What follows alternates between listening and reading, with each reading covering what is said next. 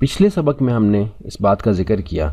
کہ زبان سیکھنے کے مراحل کیا ہیں، what are the stages of learning a language, اور اس میں ہم نے 4 اسٹیجز بیان کی تھیں۔ پہلی اسٹیج لسننگ اینڈ انڈرسٹینڈنگ، پھر اسٹیج 1.1 بہتر رفتار اور درستگی کے ساتھ سننا اور سمجھنا، پھر اسٹیج 2 یعنی بولنا، پھر اسٹیج 2.1 یعنی بہتر رفتار اور درستگی کے ساتھ بولنا،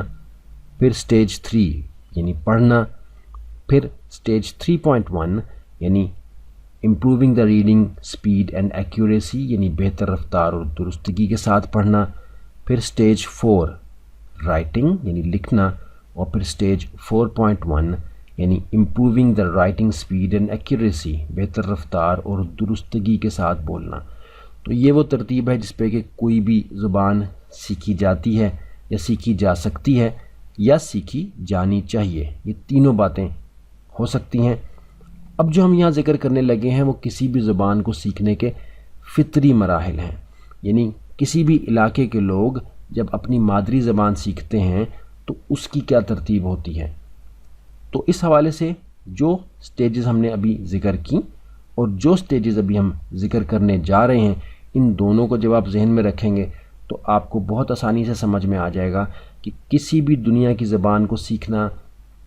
کسی بھی ملک کی زبان کو سیکھنا نہایت آسان ہے اگر آپ اس ترتیب کو ذہن میں رکھیں، کیونکہ آپ کا ذہن کسی بھی زبان کو سمجھنے اور قابل استعمال حد تک سمجھنے کے لیے اسی ترتیب کو اختیار کرتا ہے۔ تو کسی بھی زبان کو سیکھنے کے فطری مراحل یعنی natural steps of learning a language میں جو مراحل ہم یہاں ذکر کرنے جا رہے ہیں وہ مراحل ہیں کہ جس پہ کہ ہم نے اپنی بھی مادری زبان سیکھی اور دوسرے علاقوں والے، چاہے جرمنی والے ہوں، چاہے فرانس والے ہوں، چاہے امریکہ یا برطانیہ والے ہوں، ان کے بچے اپنی مادری زبان سیکھتے ہیں۔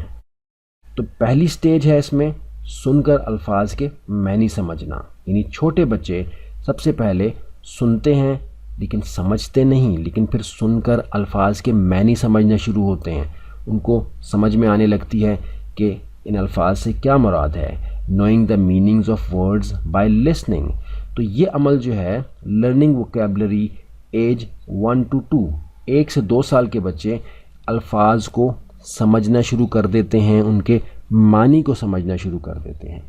اور پھر وہ اگلی سٹیج پر آتے ہیں الفاظ کو ملا کر جملے بنانا۔ پہلے وہ ٹوٹے پھوٹے الفاظ ہی بولیں گے، جملہ نہیں بنا پائیں گے، لیکن joining words to make sentences کا جو عمل ہے یہ 2 سے 3 سال کی عمر میں ہو جاتا ہے، جس میں کہ ورڈ آرڈر وہ سمجھ جاتے ہیں، الفاظ کو ترتیب سے رکھنا وہ سمجھ جاتے ہیں، جس میں کہ ان کی ساری گرامر کور ہو جاتی ہے۔ ہم جانتے ہیں کہ ہم نے اپنی مادری زبان سیکھنے کے لیے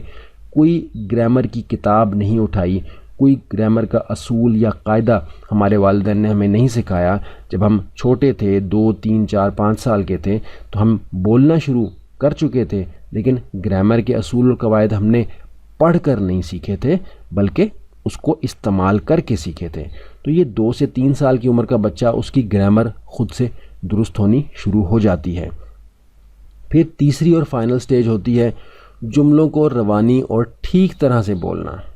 یعنی کیونکہ یہ کورس اسپوکن انگلش کے بارے میں ہے تو یہاں اسی سینیریو میں ہم بات کر رہے ہیں۔ ریڈنگ اور رائٹنگ اس کورس کا مقصد نہیں ہے، لیکن جو چیزیں اس میں بتائی جائیں گی ان کو جب آپ ریڈ کریں گے، جب رائٹ کریں گے، پڑھیں گے، تو وہ چیزیں بھی آپ کی خود سے کور ہو جائیں گی، لیکن خصوصی طور پر یہ کورس اسپوکن انگلش کا ہے۔ اسی حوالے سے ہم یہاں تیسری سٹیج جو بتا رہے ہیں وہ جملوں کو روانی اور ٹھیک طرح بولنا، fluent and accurate in speaking, start speaking like a native speaker. 3 to 5 یعنی 3 سے 5 سال کی عمر کے بچے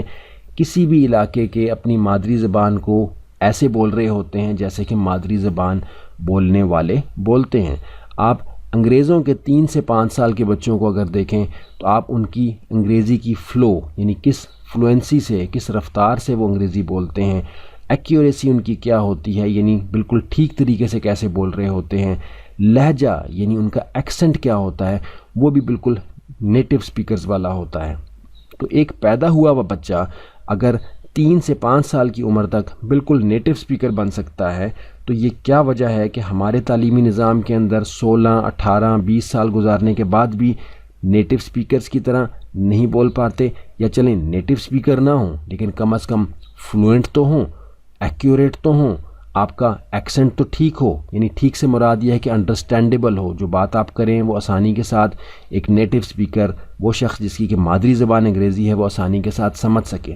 تو جب یہ ہمیں نتائج حاصل نہیں ہو رہے، اس کا مطلب ہے کہ کوئی بہت بڑا پرابلم ہے، اور یہ بہت تفصیل کے ساتھ ہم آگے چل کے واضح کرنے جا رہے ہیں، اس لیے بالکل پریشان نہیں ہونا۔ جو باتیں اب تک آپ نے کور کی، ان کے نوٹس بنائیں، ان کو اچھی طرح سے سمجھیں اور پھر آگے چلیں۔ اس کورس کے بعد انشاءاللہ آپ کو کوئی کورس نہیں کرنا، اس لیے آپ کو جو کچھ بھی اس میں سمجھنا ہے پوری طرح سے سمجھنا ہے، اور کوشش کرنی ہے کہ اس کورس کے کانٹینٹ میں سے کم 2 سے 3 بار آپ گزریں، اور اس کے بعد اس کورس کو کچھ لوگوں کو پڑھائیں بھی، تاکہ بہت اچھی طرح سے آپ اس کو سمجھ جائیں اور اپنے عمل میں بھی انشاءاللہ لا سکیں۔